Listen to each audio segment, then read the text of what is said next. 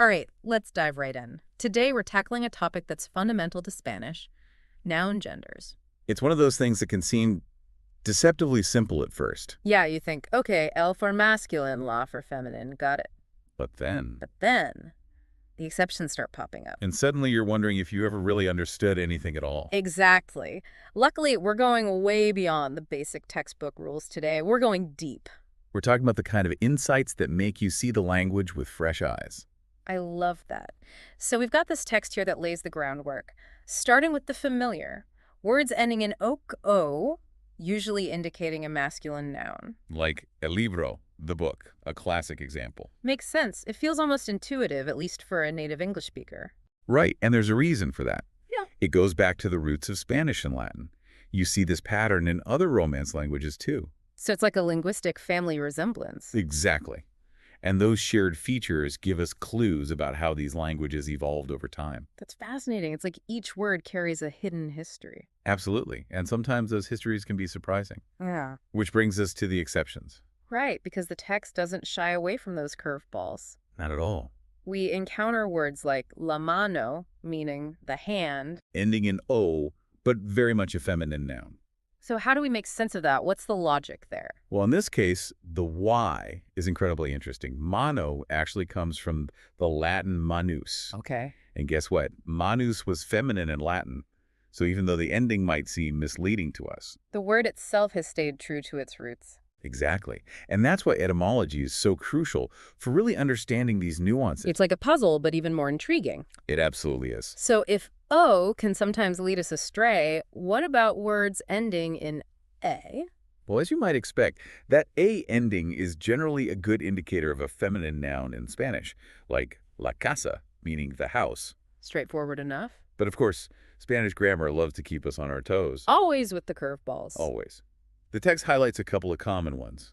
El día, the day, and el mapa, the map. Both ending in A, but both grammatically masculine. And once again, these exceptions often reveal deeper linguistic principles at play. So there's more to it than meets the eye. Definitely. Let's take dia, for example. It comes from the Latin dides, which was also masculine. So it's like that historical echo again. Precisely.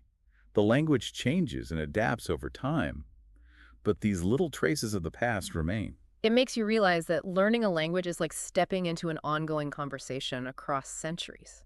That's such a great way to put it. And those conversations can get even more complex when we look beyond O and A endings. Right. What about words ending in E or even a consonant? Where do we even begin? That's where those handy categories in the text come in. It points out that all the days of the week, for instance, are grammatically masculine. Ah, that makes sense. It's a pattern I hadn't even noticed. And then there's that group of nouns ending in vación or doción, which are generally feminine. Right, and the text even highlights that those often represent abstract concepts or actions, like la acción, the action. Exactly. It's almost as if the language itself ascribes a kind of feminine quality to those ideas. Wow, that's pretty profound when you think about it. It really is. It shows how grammatical gender can reflect subtle cultural associations or even subconscious biases. It's a good reminder that language isn't just about literal meaning. It shapes how we see the world. Couldn't agree more. And this ties into another fascinating point that the text raises about gendered nouns for animals. Right. In English, a cat's a cat, whether it's male or female. But in Spanish, you have el gato and la gata. And el perro and la perra for dogs and Yeah. so on. It seems like such a small detail, but it changes how you think about animals. Exactly. It highlights that grammatical gender isn't always about biological sex. It's a way of categorizing and relating to the world.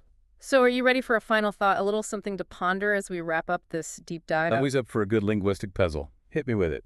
Okay, so we've been talking about how Spanish uses grammatical gender, but English used to have it too, centuries ago. Oh, that's right. And we still see remnants of it today, even if we don't consciously think about it. Like how ships are often referred to as she. Exactly. So maybe this deep dive into Spanish noun genders can also make us more aware of the hidden structures in our own language. That's something to think about. And with that, we're out of time for today. Thanks for joining us for this deep dive. Until next time.